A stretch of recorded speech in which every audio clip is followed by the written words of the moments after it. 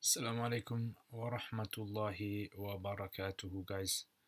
Uh, it's not a normal time that I do um, live streams, but because I got some free time, alhamdulillah, Easter holidays, you can say.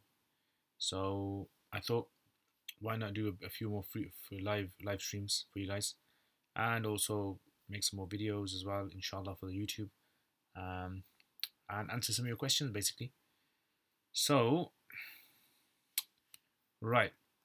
So I want to just talk about a little issue, and this is something which I think a lot of people would possibly agree with me on this, which is you know the statements of people of the past. So we know that Islam is a holistic religion. Islam is a religion of uh, everything. Yeah, it's a religion for man, for woman, and it contains advice and guidance in it for us, for people who came in the past, people who are going to come in the future. And so we have to be very careful when it comes to, conveying the message of Islam. Yeah, so we can't like add anything to it that's not part of it, and at the same time, we can't really, deduct anything from it as well. That's part of it. So we have to kind of give it the whole message as it is. So this is why sometimes what happens is we kind of don't give the full message.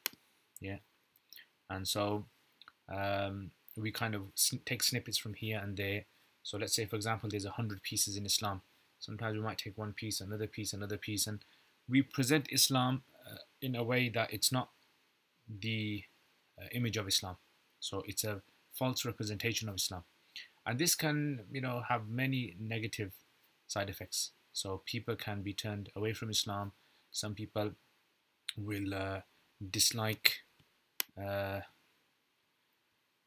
dislike this whole way that you're explaining to them about Islam, simply because you're not really giving the right message. And so, because of that, it's very important to have the holistic.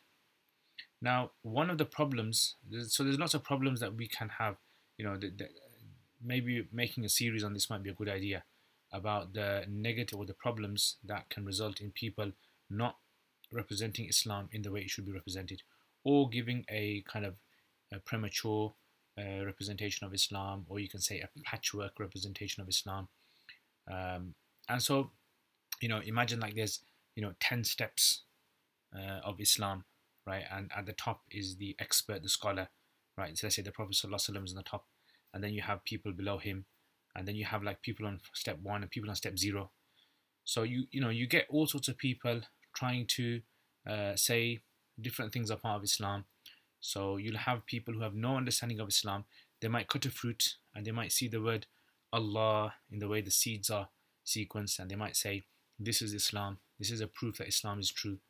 And then you might get someone who maybe, hears a little child from memory reciting verses of the Quran and say, this is what Islam is about. And you might get maybe someone who has written a whole book on Islam, and you might say this is amazing and this is example of Islam. Or you might even see a black hole, and you might say in the Quran black hole is mentioned. I don't know where it's mentioned, but some people recently on social media, people have probably been saying that kind of things. So the problem with this is, obviously you can see it clearly, that things that are not necessarily part of Islam, people are trying to make it part of Islam, right? And this does have like a negative impact later on, because it does make Islam seem a bit unsophisticated. It's just anyone trying to prove anything which is part of Islam. Part of that, I think the big problem is when people will quote scholars, quote people from the past, and so there's kind of two problems with quoting people. One is where people quote people without context. So just like when we quote the Prophet ﷺ, there's always a context behind what he said. Or we quote the Quran, there's always a context. And fiqh is like the tool or the technique for contextualizing things in Islam. So fiqh will basically contextualize a verse or contextualize a narration and give it some sort of like whole kind of picture image. It kind of builds the image for you. So you have this one verse or this one narration, And then all of a sudden the fuqaha, the experts, will look into it, look into the whole of Islam, and build a picture around it, like a nice, take a seed and they'll grow out from it the whole tree. So this is the science of fiqh. This is what it does. But there isn't a science of fiqh people understand for the statements of scholars. So someone will quote Umar radiallahu on a statement, and they'll think that the literal meaning of what he said is basically what Islam is promoting. Or maybe they'll take a statement of Imam Ghazali and they'll say, oh, well, this is what Islam is promoting. Or they'll take a statement of Imam Suyuti or Imam Ibn Hajar or any other scholar for that matter. Maybe some scholar of today, someone who has, a particular scholar of today's time, I don't know, Mufti Menk or Sheikh Omar Suleiman, anyone, and we'll take a statement of his out of context and maybe we'll put it up, and then it's maybe not what is represented, maybe that's not what he meant, maybe there's a whole story behind it. So that's, I think, one of the problems that we have is, people presenting statements, and we have to be very careful about these statements. And the second issue, I think, is that the statements, too many statements, it desensitizes people to Islam, right? Every time, if you're putting up like quotes of scholars every day, all the time, on your social media, you've got to remember that when people read this, they become desensitized to these statements, and eventually they start feeling, you know what, forget listening to this. They'll probably just see a hadith and they just like turn away from it. Wa alaikum assalam wa rahmatullahi wa barakatuh, Sayyid Ahmad. So we've got to be very careful about this as well. We don't want people just, every time you quote a verse of the Quran on social media, people just saying, oh, this is that guy who always quotes verses, right? So, the Prophet ﷺ would actually only give advice to the Sahaba outside of the Jummah once a week, that's it. So it was a Thursday, Abdullah ibn Mas'ud says, he would only give us advice, have like a circle where he would give us advice once a week. So imagine, they didn't have social media, they didn't have this, so they weren't being bombarded all the time with Islamic quotes. And he even said, a man came to him, since Sahih Bukhari, a man came to him and said, why don't you give us more gatherings? Why don't you give us more dars? So he said, because the Prophet ﷺ, he only gave us he only allocated one lesson a week to us for this, out of fear that we would get bored of it. So you see that the human nature, the element of human nature, where us getting bored of, and you experience yourself, how many times, how many of your friends on social media do they quote things and you just kind of like just skim through it?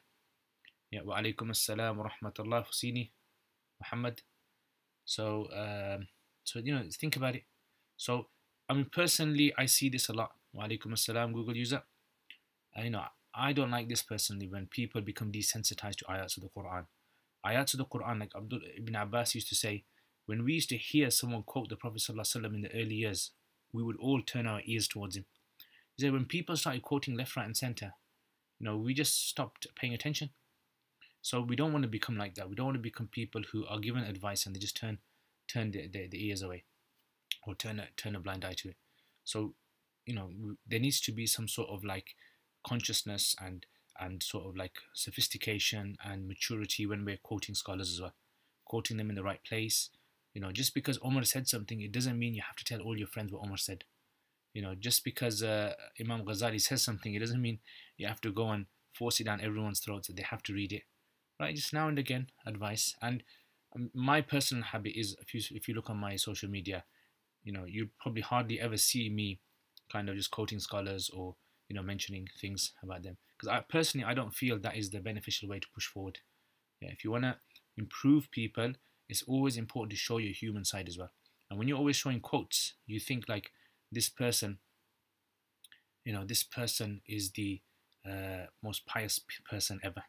So you see someone who always quotes ayats and always quotes hadith, you think he's got nothing else to do in life. This guy sits in a mosque all day, or she sits in a mosque all day, or some corner of a mosque and just quotes, reads Quran all day, reads narrations all day, and in reality it might be totally different. It's just that particular person is very good at quoting or copy and pasting, right? So and that's basically what I want to say today, which is be very careful of quoting statements of people. Always remember, quote people according to how they should be quoted. And I'll leave you with Ali Radiallahu anhu's statement. and then I'll answer your questions inshallah. He said, كلم الناس على قدر عقولهم. Speak to people according to their understanding. Right? So explain Islam to people according to their understanding, according to how they can understand things. If you're going to come out with very high class, top notch English statements of scholars of the past, you're just going to put people off. You're going to make people think that Islam is something that's very hard to reach, and it's just going to seem something which is very utopian and outside of our realm. So I just thought I'd mention that to you guys. What do you guys think? What do you guys feel when you always see people quoting on their social media, scholars here and there, whether it's of the past or the present, or they're always putting clips up, sending you on WhatsApp and other platforms? What do you guys feel out of that? Do you guys like just see an ayat of the Quran and flick through it, or do you guys stop and every time you come across ayat you read it? Right? How do you experience that yourselves? Do you find it like burdensome and every time someone just sends like a whole quote on WhatsApp, like a whole on those read more, that read more button that comes and you go, oh my god, read more, and then you press it again and it goes read more, then you go forget this. Well, you just put that guy on your WhatsApp, you put him on mute for 1 year. This guy's on a 1 year mute. Yeah, do you guys ever have those on your WhatsApp groups? Anyway, let's check out the questions then. So, student of Deen, walaikum assalam, I did read that people should only study hadith with teacher rather than dipping into hadith websites at random. That's logical. That is, when you're going to study any science, especially hadith, Quran, hadith, and these kind of sciences, you need to have some sort of background understanding, that foundation way to stand on. That foundation can only be achieved through studying it from someone who's an expert. So when you study from someone who's an expert, all the kind of mistakes that you'll make, they'll be able to weed out all those mistakes. And then after that, you can read the books on your own.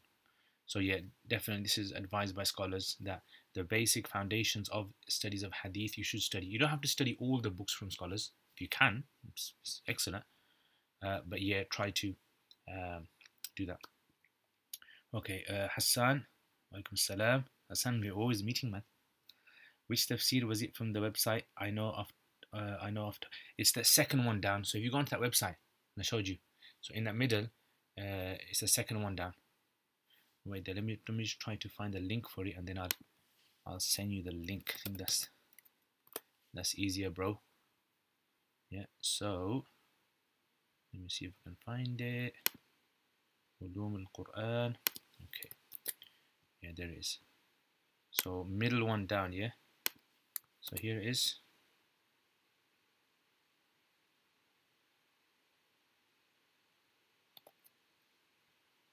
Okay.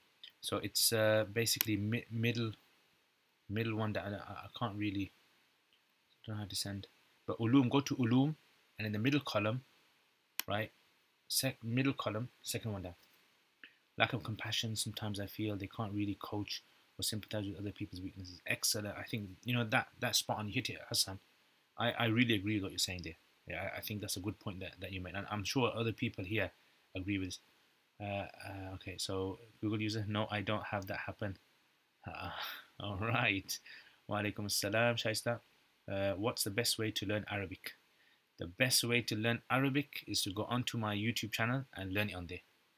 It depends what kind of Arabic you want to learn. Do you want to understand speaking Arabic? Do you want to understanding text? What do you want? Okay, Biz.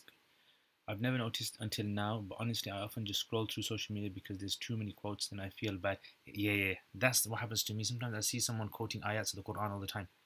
And I know those ayats anyway, but then I kind of feel bad inside that why am I skipping through? Shouldn't I be stopping and reading it? And then I remember the verse of the Quran about those people who, when they come across verses of the Quran, they skip it. Okay. The book is called Al-Jadwal fi I'rab al-Quran. Al-Jadwal fi I'rab al-Quran. Crypto, wa alaikum assalam wa rahmatullah. Haven't seen you for a while, Crypto. How have you been? اوكي اخي ارجوك ابدا التبشير والشرح البخاري ومسلم. ان شاء الله اخي ساحاول ان شاء الله في المستقبل. احاول ان شاء الله. انا فكرت في هذا الامر ويعني خططت شيء ان شاء الله بالنسبه للتفسير، لكن ان شيئا فشيء سابدا بهذا ان شاء الله باذن الله تعالى. The desensitization is real. Do you think of someone does read a quote on social media and have any effect? Dark Saber, bro. Touch, bro. I think exactly what you said there. Yeah, people don't realize this. You know, like, sometimes you have an illness, and then your doctor says to you, "You've got this problem with you," and then you realize, oh yeah, he tells you symptoms. You didn't realize you had an illness. This is sometimes a thing that happens, that you just keep quoting things, and then you don't realize that you're having an impact on people. Can you do a library tour? Okay, today inshallah I'll show you some more books in my library. Yeah. Okay, so I won't be able to show you all of them, but I'll try to show you some. Okay, how can I improve my Arabic language? If you want to improve your Arabic language, you need to speak and write as much as possible. Okay, Sayyid Hussein, how do you gain the faqahat? Is it the light that Allah Ta'ala bestows, or one can work towards reading more fiqh? And how do you translate in different Arabic texts? Okay, so two questions there. Let's answer this question, inshallah, Sayyida. So first of all, how do you gain faqahat? Faqahat, fiqh, basically simply means understanding. And understanding of Allah's religion. So we can only understand Allah's religion from the sources that Allah has given the religion to, which is the Prophet ﷺ. So the people who understood the Prophet ﷺ the best, we know, is the Sahaba, and then the people after them. So I would say the first thing that you need to do is understand or study. You need to study how they understood the religion. So when you understand how they understood the religion, then it kind of makes your mind, it kind of fixes the road, like it kind of clarifies for you, it demarcates for you the kind of road of the Sharia, how to understand it. That's the first thing. And then the light comes into you, right? So the light comes into you when you go by experts, like the Quran says, ask those who are experts if you don't know. The second thing is, if you want to translate difficult texts, that's a very hard thing, that is. And I think, personally, what I used to do, or what I still do, is I will translate each word. I'll find the translation for each word, and then I'll try to find out, like I'll try to find a book or something that has explained it in a different way. That's how I try, if I can't. So sometimes, for example, I find the poems of Al-Buhtari. Al-Buhtari is a famous poet, and I find some of his poems very difficult, and it's very difficult to find a commentary on, like a full commentary on his poetry. So some of the poems, I understand the words, what he's saying, but I can't like sometimes get the gist of what is he going on about. So Buhtari, I find that difficult.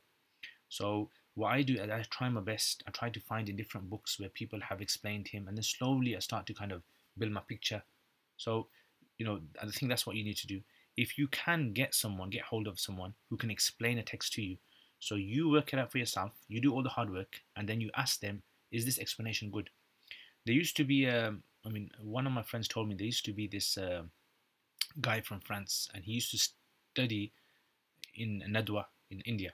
So he wanted to study by Sheikh Abu Hassan Nadawi. So Sheikh Abu Hassan Nadawi was a very busy man, and so he said to him, look, I will teach you on the condition that you explain the whole lesson to me, and I will listen, and if there's any mistake, I'll correct you, that's all. And he said for about 5 years he did this with him. So different books, he would like say, I would read like 10 or 15 pages in lesson.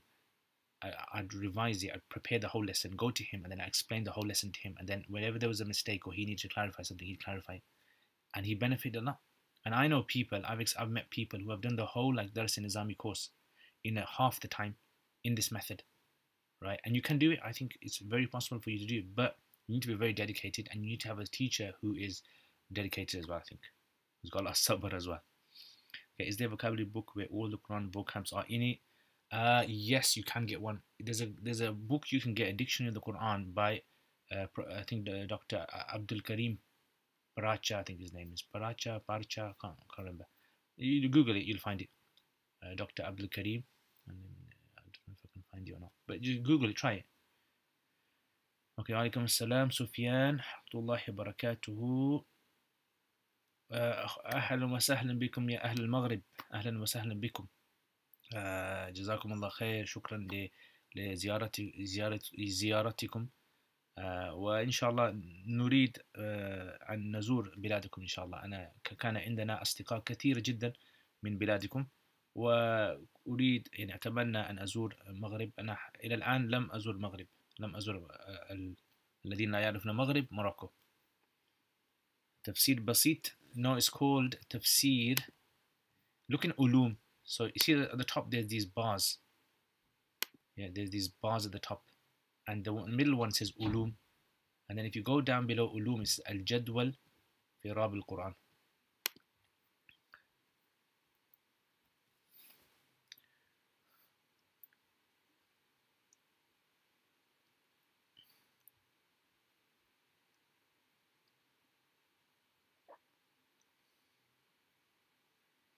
نعم أنا نعم سأستمر بأشعار إمام شافعي رحمه الله، لكن كثير من الناس طلبوا مني أنهم يريدون شرح أشعار بالإنجليزية، فلأجل هذا بدأت بشرح يعني أشعار متنبي.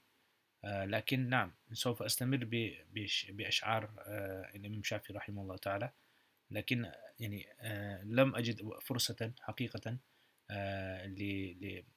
لأصنع مقطع لهذا، ولكن إن شاء الله أنا وعدت أني سأكمل إن شاء الله حسب استطاعتي إن شاء الله تعالى وتوفيق الله سبحانه وتعالى. And it's all love my Pakhtun Ustad. Yes, bro. The Pakhtuns. Okay, say that, Hussein. As scholars have different opinions, how do we know how they understood Sharia? So, okay, so how do you know how they understood Sharia? So, what we have to do is we have to study the fiqh based upon those people who are well recognized throughout history. So, for example, like the madhabs, the four madhabs, or more than four madhabs. We start off with one madhab, we study as much as we can, we become experts in that, and then outside we start looking at different madhabs as well. Yeah. Okay, crypto, I think desensitization also occurs with YouTube videos. Watching too many videos on the end of time, the gel no longer has the same effect. Yeah, definitely. Yeah, people, I mean, they listen to so much of this kind of the Dajjal thing that eventually just has no effect on them. How do you learn to understand Jahili poetry? Jahili poetry, I find one of the most difficult things, challenging things, for several reasons. One is because the wording is very strange, gharib words. Secondly, is because the way they say things is very different from how later Arabs say things. I think those are the two main reasons I find Jahili poetry. So how do I overcome this? So what I do is I go to books like Al-Iqd al-Farid or Khizanat al-Adab, or I go to Lisan Arab, or go to tafsirs where they've kind of explained certain Jahili poetry, and then, or Sabah Malaqat, and then I look at the commentaries and I try to find out how they are looking at it, how they're expressing it. Okay, I believe the thing is that because any Islamic teaching, whether hadith or ayat or Quran, is very profound and far reaching in a person's life, that not much can be put across in a soundbite. Yeah, I'd agree with that. I think it was a good point. Yeah, student of Deen. Yes, Jazakallah khair. Hassan, yes man, you are the man. You are the mathematician. Okay, Joe Hassanam, is our will ikhtiyar irada created or uncreated? If it is the latter, then how do we own our actions? This is a good question. This is a very deep question, man. Okay, so basically what you're saying is that the irada that Allah Ta'ala has given us. I mean, Allah in the Quran, He says, He has created us, وَمَا تَعْمَلُونَ, and what you do as well. So in a sense, everything has been created by Allah. And when we say free will is not like we create our own will, which was the position of some of the Mu'tazila. And this is why many of the scholars did rebuttals on them, because they said that we have our own free will and it's outside of the realm of what Allah creates. So it kind of, they said, well, does that mean that, you have a power that Allah doesn't have control of? So the Ahlul Sunnah wal Jama'ah generally believe that everything is in the realm of Allah subhanahu wa ta'ala. So even ikhtiyar, Allah has given us choices, but even these choices are things which are within our own realm. Like we are limited to all the choices that Allah has given us, they're all limited. And Allah knows obviously all the choices that we can make. And Allah knows even before He creates us what kind of choices we're going to make. These kind of things, these kind of topics are a very difficult topic. And this is why delving into qadr, delving into divine decree, is something which the scholars have, dispraised. Yeah, they've looked down upon it. And the Prophet ﷺ has prohibited Sahaba from delving into this. And he said, those who came before you were destroyed because they used to delve into divine decree. Something beyond human limited understanding and comprehension is beyond that. So, these kind of topics are topics for dars, for an environment where the people have studied a certain level of understanding of Aqidah, not for general public consummation, because it's very difficult for a lot of people to understand these kind of things. Okay, which is what modern lifestyle seems to have craved, but it's just not possible without giving an imbalanced message, like you say, lacking content Context, yeah. So context, I think, people need more wholesome sort of information which is more understandable, which is more approachable, which is more relative to their times or relevant to their times as well.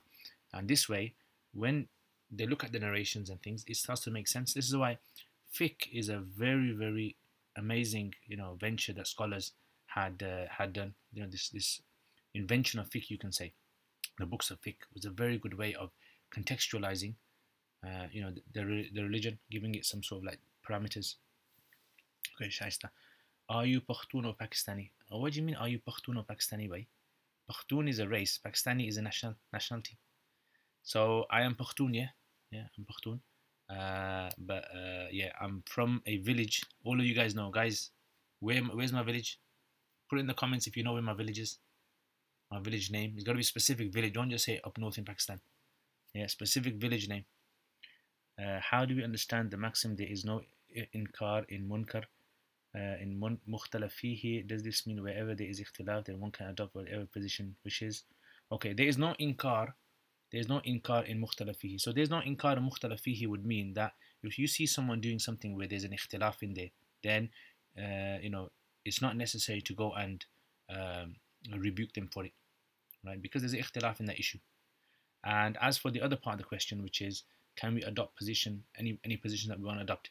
So generally the scholars say that as long as a person is working within the Sharia, then a person is, not disobeying Allah.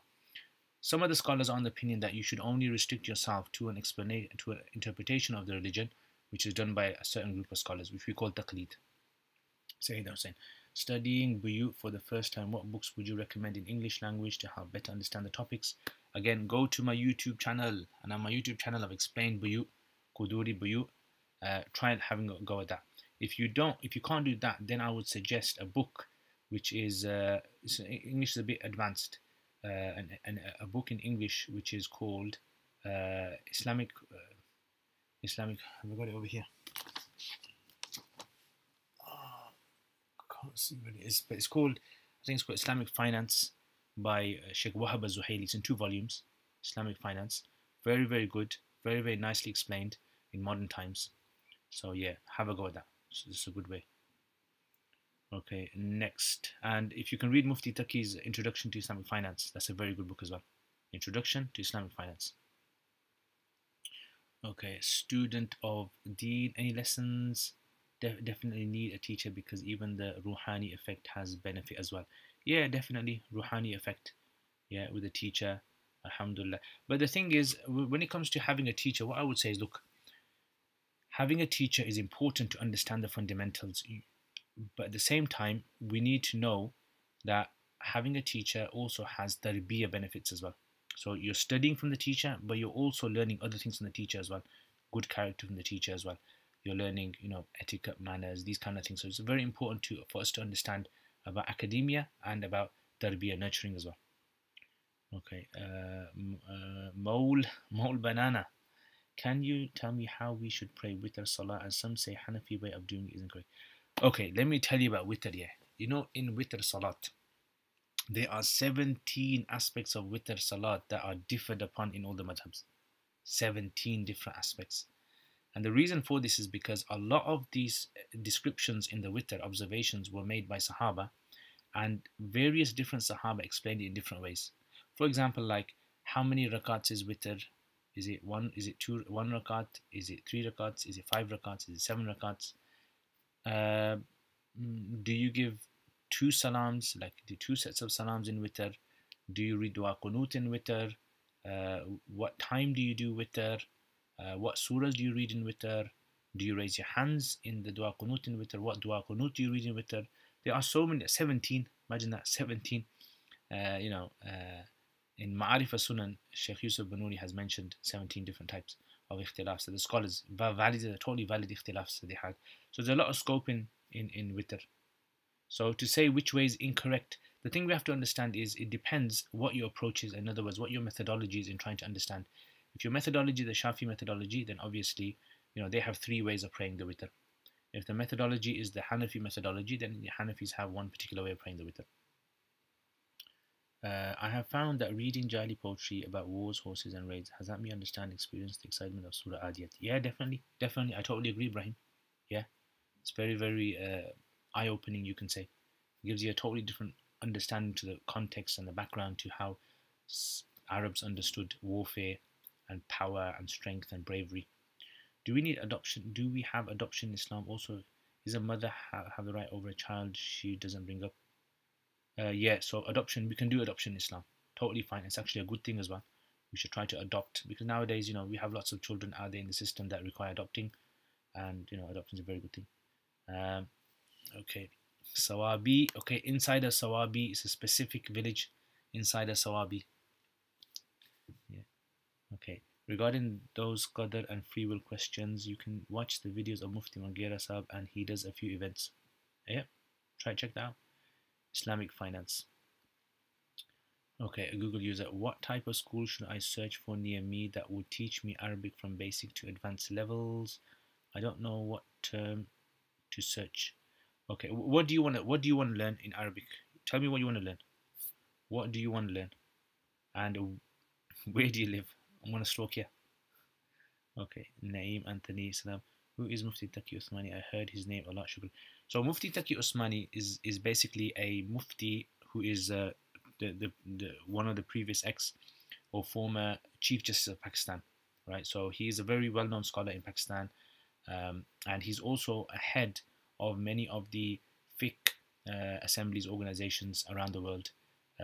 IOFI is, I think he's the head of IOFI, and there's some other ones as well. So basically, like, he's a very well-known expert jurist, especially when it comes to Islamic finance. So in Islamic finance in the world, there's a handful of scholars who are experts. He's one of them, and he's written extensively on the topic of Islamic finance. That's his kind of forte, kind of expertise, you can say. So you can read a lot about him. You can Google him. I mean, he's got a lot of books that he's written in English and Arabic and Urdu as well. Sabah Ahmed, any advice? Oh, any advice for those who struggle with Arabic grammar? Okay, so my advice to people who struggle with Arabic grammar is what you need to do is you need to do as many examples as possible. Yeah, you need to do many examples as possible. So you need to do exercises. Like, for example, let's say the lesson is this long, your exercises need to be this long. So your exercises would be 3 or 4 times more than the amount of lesson that you have. Yeah, in other words, you need to put a lot of effort in application. A lot of people don't understand Arabic because they don't apply it. When you apply it, you got to think more. And better than application is teach it to someone else. If you actually, whatever you learn, if you teach it to someone else, you're going to have to think more, and you're going to have to try and explain it to yourself first of all before you can explain it to someone else. So try that. Okay, Joseph.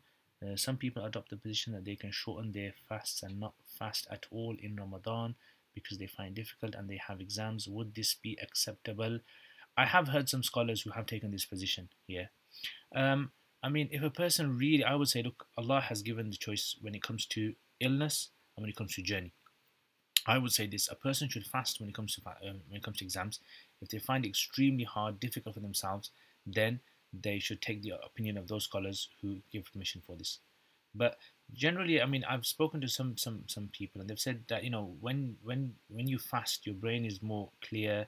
It becomes easier for you, and if you eat a good diet, I think if you eat a good diet, you have a good sleep, right? You can do very well in the day. You can have a lot of energy, and depending on what time the exams are as well, I suppose.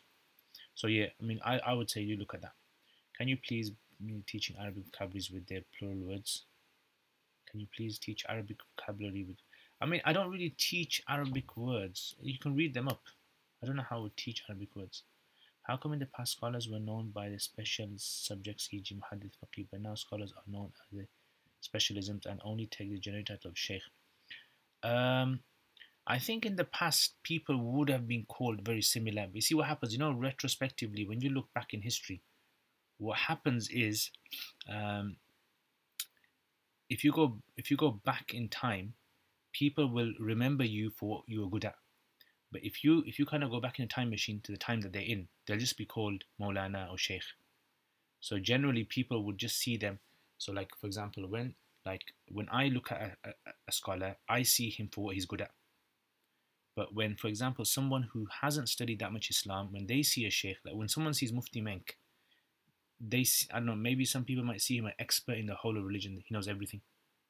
But when I see him, I will only see him what I think he's good at, which would be giving talks. I haven't really seen him being good at anything else. Maybe he is good at something else, but I haven't seen it. Or for example, like if someone sees, I don't know, another scholar, Mufti Taqi. I mean, I see Mufti Taqi Usmani as being an expert when it comes to Islamic finance. I don't see him as being an expert in tafsir or in Arabic grammar or any other, but he might be, right? So I think people have to look at it in that way as well. You know, who is mentioned and retrospectively. Retrospectively, this is an important thing. Okay, are you from Attock? No, I'm not from Attock. No, I'm from more up north. No, not from Vaisa, not from Tajuk. Okay, no, I don't speak Henko. It's not my language. I don't speak Henko. How long is this for? Sorry, my first time listening. I don't know. I mean, how many minutes have gone so far? Can you guys see how long it's been so far? I can't really tell. Okay, has it been about half an hour so far? Okay. Ishtiqaq roots everything. I live in St. Louis, Missouri, but I might soon relocate to Colorado Springs, USA. Okay, so okay, comment later on. Comment inshallah, and remind me this question. And what I'll do is in the US, I'll ask some of my contacts there to see if there's any good places around in that area. Yeah, or if there's any sort of like classes going on, maybe online even. Yeah, so you just let me know inshallah later on. Comment, no, don't comment on this comment here. Comment down after the show, or after the live stream.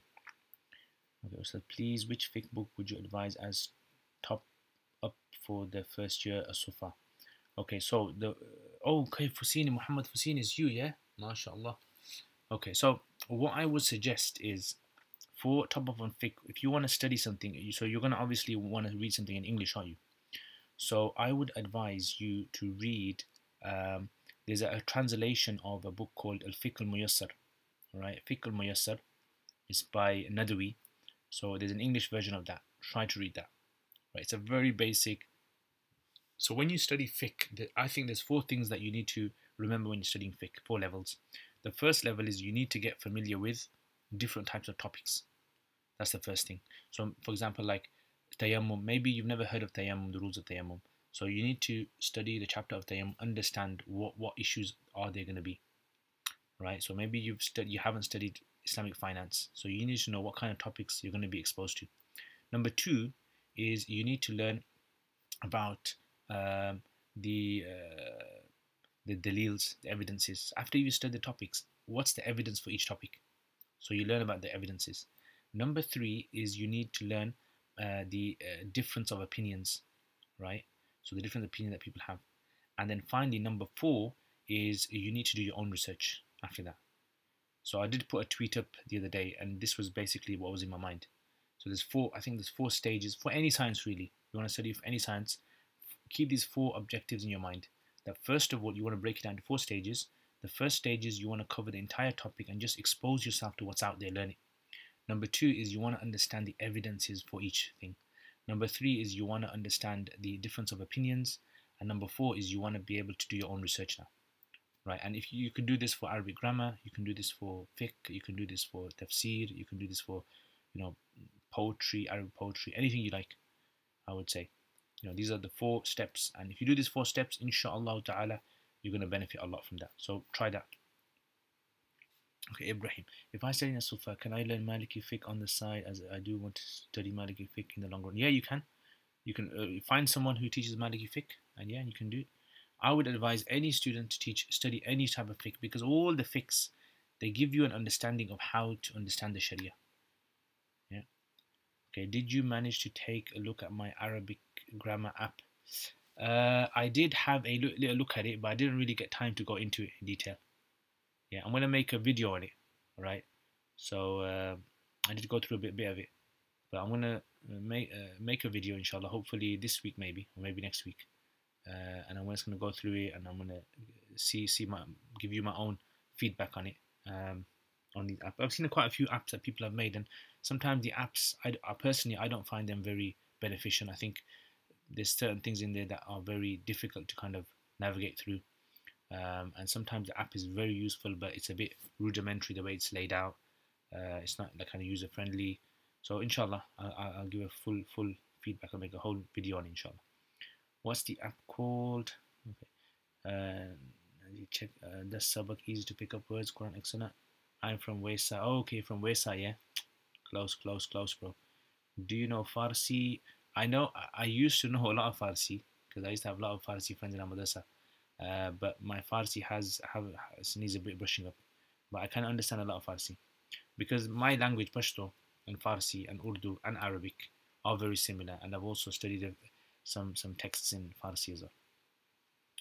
Okay, 36 minutes here. Can you please suggest any good grammar books? Okay, some good grammar books. I'll show you one. I did promise I'll show you guys. So this is one. If you guys can get this, yes, 2 volumes.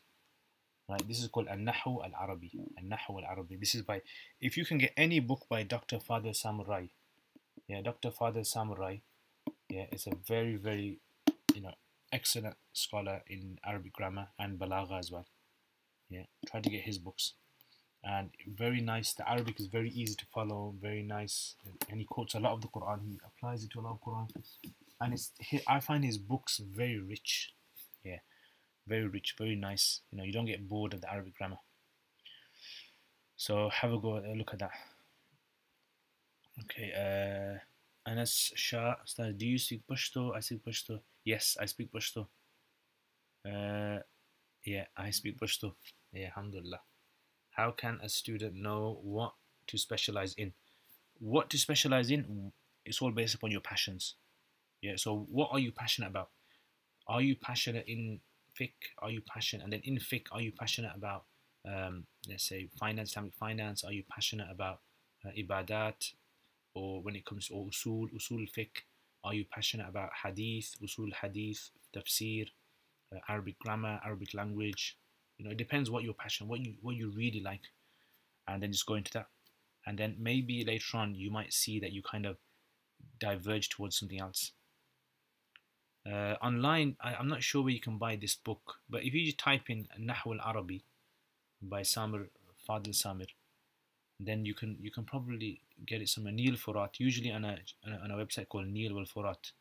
You can get them on there. Neil al-Furat. Fahim, wa alaikum assalam wa rahmatullah wa barakatuh. Okay, Dark Saber 2. Who did scholars from Indian subcontinent speak and study? Why did scholars from Indian subcontinent speak and study in Farsi? I think the reason for that was because the official language in Indian subcontinent used to be Farsi. Like the official government language was Persian. So it was kind of from there that a lot of the official books were written in Persian. Just like in Europe, official language for many years was Latin. So a lot of the scientists, they used to write their books in Latin. So I think that's what the reason was. And now it's kind of shifted over towards Urdu. And maybe in the future it'll shift towards English. What if you enjoy studying and don't want to specialize? I mean, if you like studying, alhamdulillah. But the only problem with that is sometimes what happens, you enjoy studying, but then you become burnt out. Yeah, you get burnt out. And if you get burnt out, but when you're passionate about something and you want to specialize, you got your vision, you got your goal. So just enjoying studying is not an aim and objective. People easily, after a few months, after a few years, they get burnt out. They don't know why they're doing it. They lose the passion. So if you got a goal in life, a specialization, you want to specialize. For example, at the moment, my aim is to, understand or specialize in pre-Islamic poetry. That's what I want to focus. I want to be able. I've got this vision in my mind. I want to specialize in. Okay, can you hear me?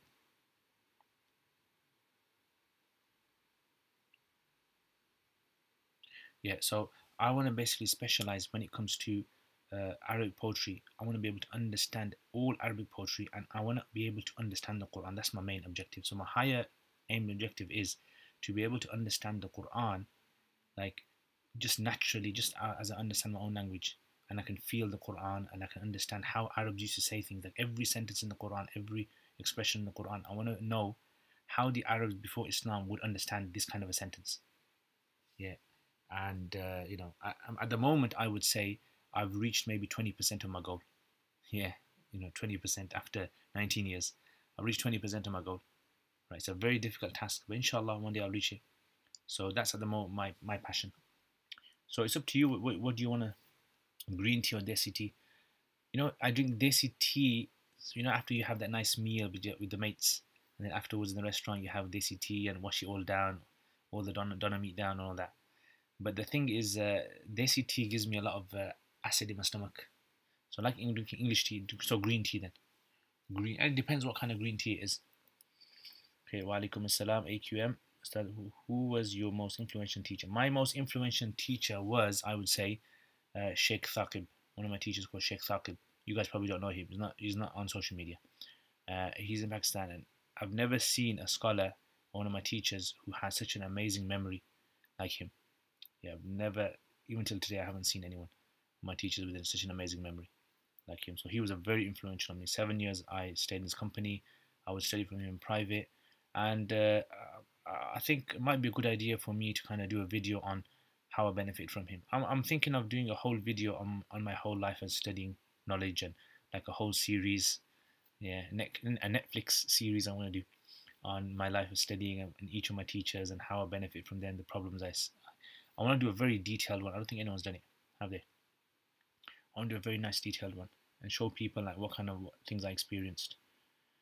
Okay, can you explain Jahli poems like you do with Al-Mutanabbi to give an idea of how it is? Yeah, I mean, I can possibly, yeah. I think that might be actually a good idea. I might do that, and I'm thinking of doing that. I want to make a whole series, like I said before, from A to Z, and I'm actually going through at the moment history of Jahili as well. So I'm collecting as much material as I can for that. A small slave of his lord. Does Asufa teach mutun like Tuhfatul Atfal and Jazariya for Tajweed, and would they teach Qira'at inshallah? I don't think they do. We do have, in our full time, we do have a teacher who teaches Sabah Qira'at, but he has his own syllabus. I'm not sure what the syllabus is. I don't deal with that, so I wouldn't know. Yes, we can. Okay, my Tajweed teacher is really interested in finding out which tariqa of recitation is taught in Pakistan.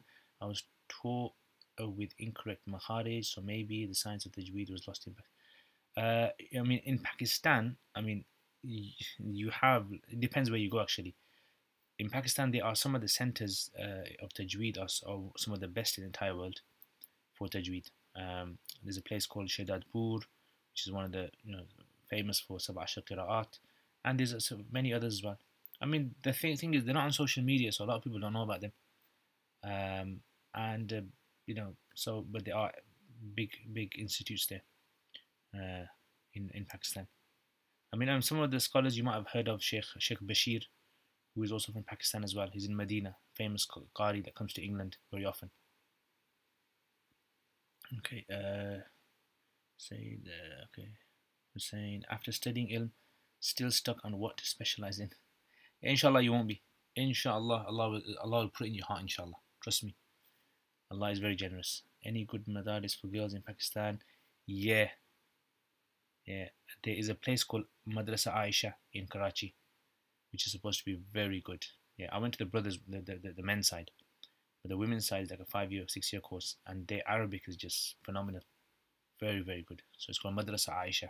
It's in Gulistan, Johar.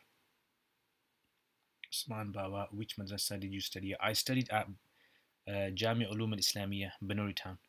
One Yusuf Banuri's madrasa. I say, do you mean learning words from the Quran? For 4 years, when I started studying, I liked studying but didn't specialize in anything. I made a mistake once in my Arabic reading and was embarrassed. After that, I started to read in Nahu and specialized with it. Alhamdulillah, subhanallah, look at that. Okay, Anas Shai's nice story there. Alhamdulillah. Okay, small slave of his lord. Have you ever met Sheikh Awadullah? Yeah, I've met the Manchester one. Sheikh Awadullah, alhamdulillah, I know him very well. Yeah, alhamdulillah, Sheikh Awadullah, I know him very well. Yeah, if you ask him my name, he knows me. We know each other. I've met him many times. Who are the leading muhaddis of today besides Sheikh Muhammad Awama? Okay, at the moment, I mean, in the world, some of the experts in hadith, it depends. I mean, it depends which science. I think Sheikh Muhammad Awama is more specialized in takhrij of hadith, in editing books and things like that. Besides that, there's also Sheikh Sheikh Hatim Al-Auni, who's specializing in usul hadith. There's also, I mean, in Pakistan, you have Sheikh Abdul Halim Al-Nu'mani, who is also expert in takhrij of hadith. So it's very difficult to say in which aspect of hadith they are. There's quite a few scholars out there. Alhamdulillah. Anyway, so I think I'm going to finish there. Anybody got any other questions? Okay, Ustad, if you were going to move to Pakistan, which region, city would you go to? Would you ever move there? I've actually lived in Pakistan for 9 years, so I know what it's like over there. I studied there for 9 years in Karachi, so I really like Karachi. Karachi is a very nice place. I could easily live in Karachi. Only problem is food, yeah, weather, yeah, and water. Food, weather, and water, which I struggle with. But besides that, Karachi is an excellent place. Yeah, excellent place to live. But yeah, I mean, I could live there, alhamdulillah. Okay, tour of the libraries. Oh yeah, I forgot that. So okay, I showed you a book. So this is Al-Nahw al-Arabi, right? So this is a very good book for those people who want to study Arabic, want a nice, want a nice kind of like easy to read, modern sort of explanation of Arabic. Okay. Okay, this is a good book, Arabic course. This is actually Durus al-Arabiya. This is my sister's book. Yeah, Durus al-Arabiya, Arabic course. So these are 3 books you have to learn Arabic. It's like this. I think they teach in Medina. Yeah, so they teach in Medina University, and it's basically to kind of improve your Arabic grammar, spoken. They focus more on spoken Arabic. Okay, this is a very good book. This is 3 volumes, and if you really want to kind of understand Arabic, I would suggest you get yourself this. And this is not the cover. This is actually a copy of it. It's called Nadarat. Okay, and Nadarat. Nadarat is by Al-Manfluti. So it's all stories. It's Arabic, adab, right, literature. It's about stories, about person penning their ideas, thoughts. Very, very nice. I mean, I don't want to really translate parts of this, but if you could read the translation of this as well, it's very beneficial. It's not very good, thought-provoking kind of. It's 3 volumes, Malfuluti. Okay, and what I do nowadays is there's actually an audio available on YouTube, an audio of this, and I just put that in my ears and I listen to the whole audio thing. I've heard the book so many times, cover to cover. So that's a very useful book. Okay, just put this over here. Okay, right, this is Qira'at al-Rashida. Yeah, Qira'at al-Rashida. If you guys can read Arabic, if you guys have read some basic Arabic, I think this is the next book to move on to. Don't move on to Malfuluti. Malfuluti, I would say, is step 3 maybe. So if you've done step 1, like you read some basic Arabic texts and you can understand Arabic at that level, move on to this one. Nice stories, yeah, very good. So go on to Qira'at al-Rashida. It's by Sheikh Nadawi. Yeah. Or you can actually go on to the Siratul Khatam al-Nabiyyin, which is the last part of Qasas al-Nabiyyin. Okay.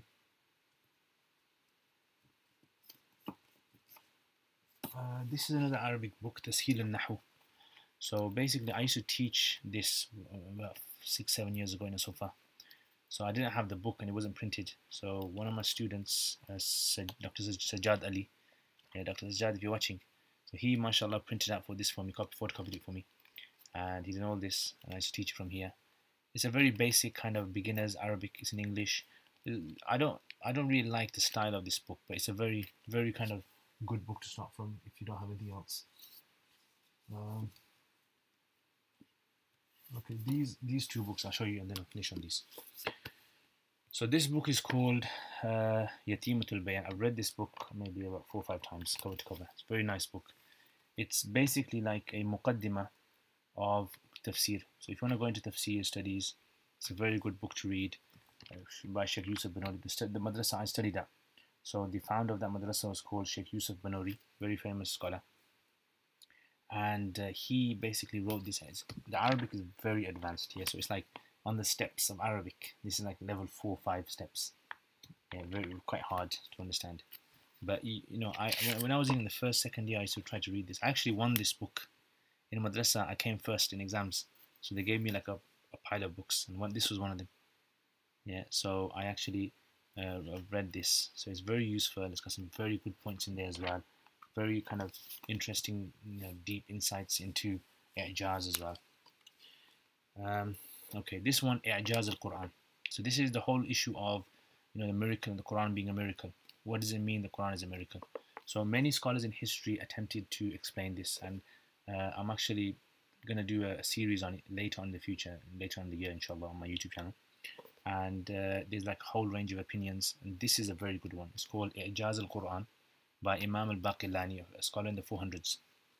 Baqillani. So he's kind of basically broken it down into like 13 or so different types of i'jaz, different opinions about how the Quran is a miracle. Like, is it a linguistic miracle? Is it a scientific miracle?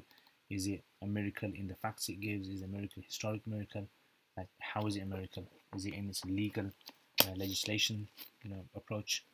So this is a kind of key book. Anyone who wants to specialize in that area has to read this book. Indispensable book to read. So it's called i'jaz al-Quran by Abu Bakr al-Baqillani, okay, who was a famous scholar in the 400s. Yeah, so shall I do one more? Okay.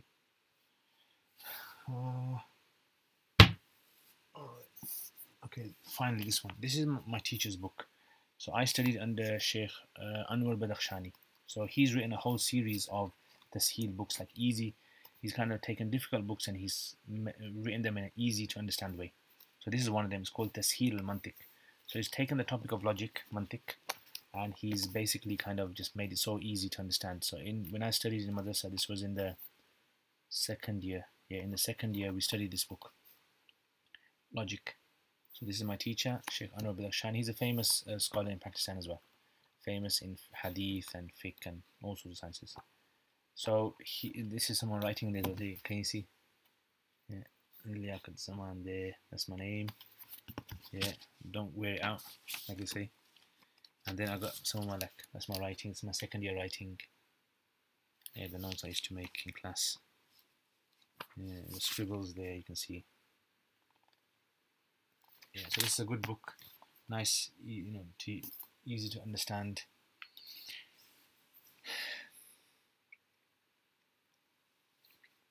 Okay, so let's answer these questions. So if you were gonna move, okay, we answered that one. Okay, what's the difference between Maulana and Sheikh? There's no real difference really. This is just words of respect for people who are, of a high status or elderly. You call them Sheikh or Maulana. Can the Sufa team come to White Thread? I think we did come to White Reed. Is it White Thread you mean? I think we did come to Mufti Abdurrahman Mangira's place. Yeah, we came a while back. Mufti Taki had a talk there. We came there, but we didn't come on an official kind of to see the madrasa. But we know Mufti Abdurrahman Mangira very well, and he told us about the institute and the courses he's running. Alhamdulillah, and parking over there is hell, man. Yeah. Okay. Next, caps lock. Walaikum assalam. Caps lock. Oh, mashallah, caps lock. I missed you, man. I remember you. It's been a very long time.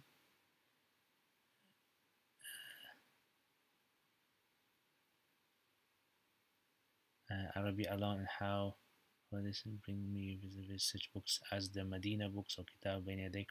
Should the latter be okay? Okay, I think I need to explain a lot. I'm gonna have to go now, but yeah. So caps lock, email me or something, inshallah, and I'll get back to you on that. It's a good one there. Okay, Ibrahim Mughal, I want to study in Morocco. Go for it, bro. Is the water hard in Karachi? The water, yeah, is kind of quite hard. Can you please explain the difference between Sayyidina and Sayyiduna? So Sayyidina and Sayyiduna mean the same thing. It's just grammatically, in a grammatical sentence, if you have a preposition before the word Sayyid, then you say Sayyidina. And if you don't have that, you say Sayyiduna. That's what. Just like, you know, when you say Hayya ala salati. So because you got ala in a sentence, after the word salat, you have to say ti, kasra. Right? If you didn't have the word ala, you'd say tu. Right? So that's all it is. It's just no difference in meaning. It's just a grammatical. Both mean the same thing. What would you say the best way of teaching Nahu? The best way of teaching Tasheel al-Nahu. I mean, I've got my own way of teaching Nahu. And if you actually watch Ajurumiyya, my Ajurumiyya course, I don't think, Saeed, I don't think you've gone to my website, my YouTube channel. Go to my YouTube channel, check out all my content, and you'll see. I've read the book, just go through it, maybe a chapter a day, and then go through the exercises. Yeah, excellent. Write some Quran for us, recite some Quran for us. I'm a bit late now, I'm a bit tired. Next time, inshallah. May Allah keep protecting you. Ameen, Jazakumullah khair. Thank you very much, guys. Jazakumullah khair for all you guys watching. Very long live stream, but I hope you guys have benefited. Wallahi, I really enjoy speaking to you guys. I mean, I try to be as straightforward as possible, as frank as possible. If I know the answer, I'll tell you I know the answer. If I don't know the answer, then I'll just say I don't know the answer. And I hope you guys. Yes, bro. Inshallah. Take care. Inshallah. Yeah. So, any other final short questions if you have? Otherwise, I'm gonna, in a couple of minutes, I'll be finishing, inshallah. Naeem Anthony, Ameen. You're welcome, brother. You're welcome. You're welcome, guys. So if you guys haven't seen my YouTube channel, check it out.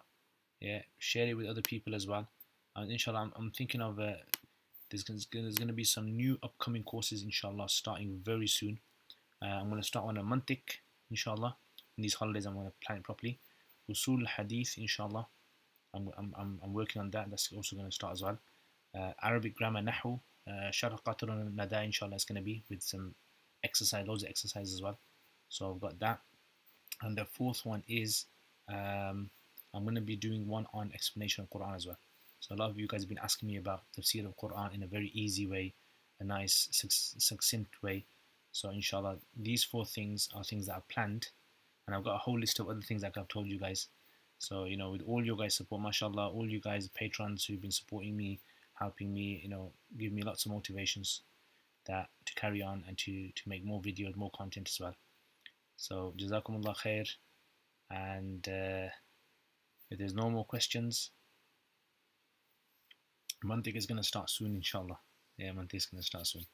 Inshallah. Don't worry, on my YouTube channel, my aim is to all of the sciences, inshallah, all the sciences you can study in the madrasa. I'm going to put them all up, and I'm going to put them, I'm going to make them, inshallah, in the most easiest way that I personally believe that you can understand. So hopefully, I haven't started them yet, but hopefully within the next 2 or 3 weeks, there's no date, I don't have a date yet. Yeah, I don't have a date, sorry. But hopefully within the next 2 or 3 weeks, I'm going to be putting that up. And if you have any sort of questions as well for me, or any sort of topics, or any sort of like content you guys want me to make, and a lot of you guys have been sending me emails and private messages about what kind of books I should cover.